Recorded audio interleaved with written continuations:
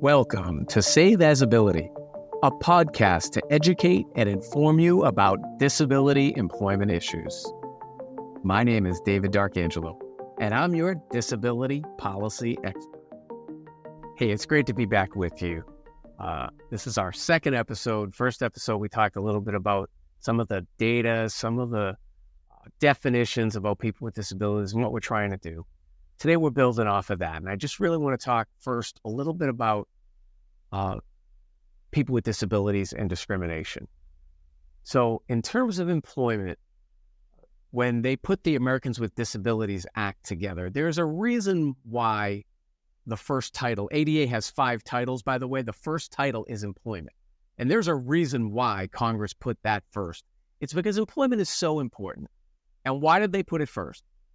Well, they had to put it first, unfortunately, because there's been a long history of discrimination of people with disabilities in the workplace, not only in terms of people who are working get discriminated against because they are not accommodated in the workplace, but even people even just considering people with disabilities in the first place. So there's real data to back that up. Unfortunately, the EEOC, the Equal Employment Opportunity Commission, which is the federal agency charged with making sure that employment is done fairly in the United States, because nobody wants to discriminate of anybody for any class.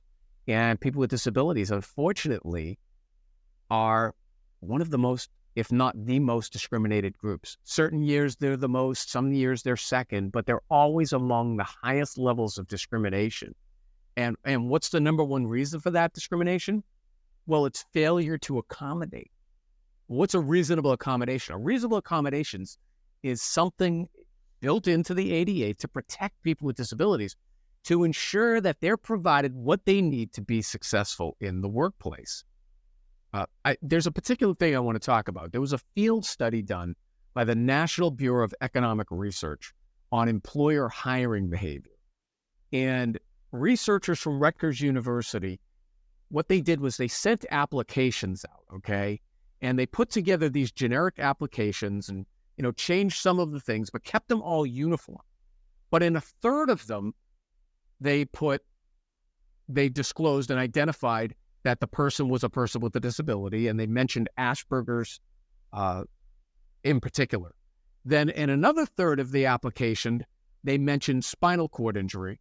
And then in a third of the applications, there was no mention of disability, okay? So in 2 out of the 3, they mentioned disability, and the other third, they didn't. They did this to it was like 7,000 employers or 6,000 employers that they did this to, okay? So there was a big sample. And don't you know that people with disabilities mentioned in their application had 26% fewer expressions of employer interest? So the discrimination is real in the hiring. It's real in the workplace with the EEOC data. We know that. And again, in order to address that, in the ADA, they made attempts to try and ameliorate discrimination. And that's really what the ADA, the Americans with Disabilities Act, is trying to do. Is it's a civil rights law that is trying to protect the rights of people with disabilities, and Title I, particularly in employment. So that leads me to something that I'd ask you to consider. And it's that dis in disability. That dis, I don't know if you know, but if you look it up, is Latin for lack of. Dis, that prefix, the disability. Well, I assert that you can't have a disability without first having ability. I choose to focus on the positive things. I'm not as interested in what you can't do.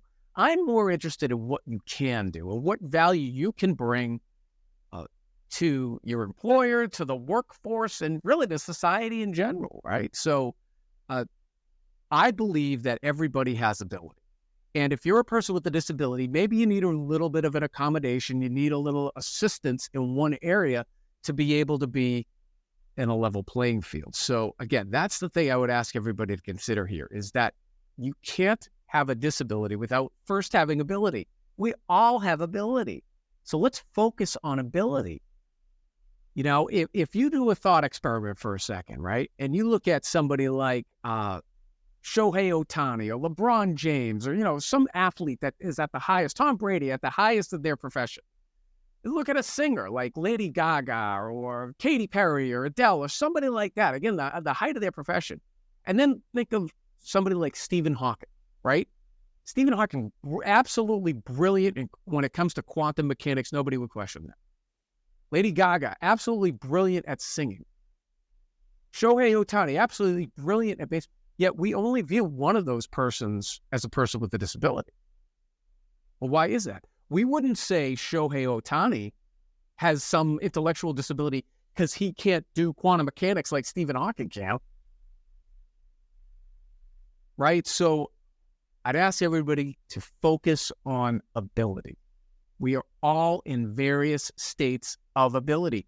When you're born, up until a certain age, you're very reliant upon others.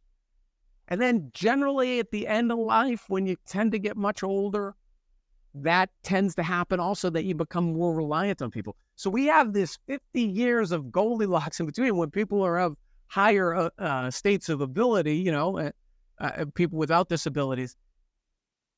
But we don't really focus on the wings, we focus on the middle. So I'm asking everybody to consider that we're all in various states of ability. People with disabilities have real ability. They might have some challenges in certain areas, right? So, again, I'm a positive person, fired up about this. We've got to get more people with disabilities, number one, into the labor force, and then number two, working. Not only for them, but for society. We can do it. That's my message for today. We'll see you next time. For more information about disability employment issues, please visit our website, disabilityemploymentsolutions.com. The Save As Ability podcast is available on Apple Podcasts, Spotify, our YouTube channel at Disability Policy Expert, or wherever you stream your podcasts. Subscribe, stream, rate, and review our shows. Your ratings and reviews help our show reach new audiences. Produced by Pod Pro Entertainment. Save As Ability lives within a network of podcasts located at podproentertainment.com. #TheNewRadio. Again, my name is David D'Arcangelo, and I'm your disability policy expert. Until next time, thank you. I hope you have a great day.